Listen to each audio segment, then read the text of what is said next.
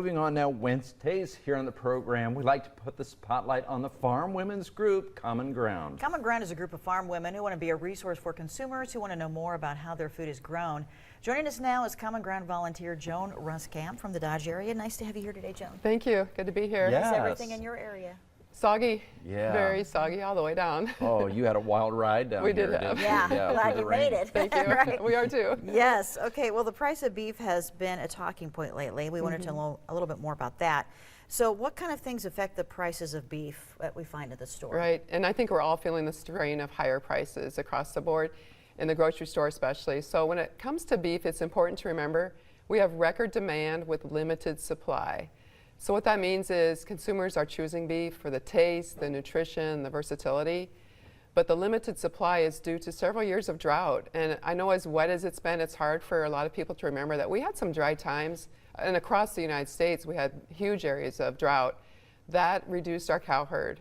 And it takes about 3 years to get that life cycle of an animal to become part of that beef production system. So it takes time when we have to reduce our herd size to build it back up to meet the demand that we are seeing today. Okay, so what would you recommend if someone really wants to enjoy beef, but they don't want to break the bank to do it? Right. And that's important because of the nutrition. It's a nutrient dense from the young ones to the young at heart people, a lot of nutrients there. And so you can use different cuts that are less expensive.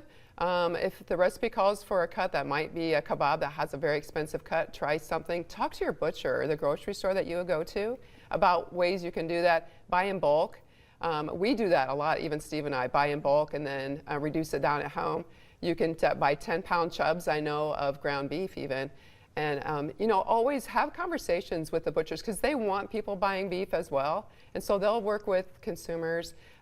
Check recipes that give you ideas. Beef It's What's for Dinner has like steak swap and roast swap and things like that.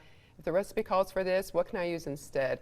And just keep it in those meals. Like we have lots of casseroles that have beef, stroganoff, spaghetti, and all of those things too. Tacos, fajitas, all those kind of things. Mm-hmm. Does going directly to a producer help with the cost? That's a variable because the producer takes it to a smaller processor, and right now that's a really tight schedule. Even for us to schedule one in, you have to be many months to even a year out to schedule. And so I don't discourage people going to a producer, but most of the beef that we produce goes into grocery stores. And so our kids live all over the country, and so they're buying that beef in grocery stores, and so are Steve and I. Very good. Okay. And so you are coming back in a few minutes with the recipe to share. Yep. We're going to make deviled strawberries.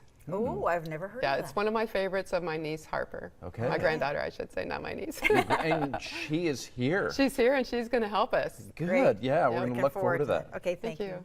Thank you.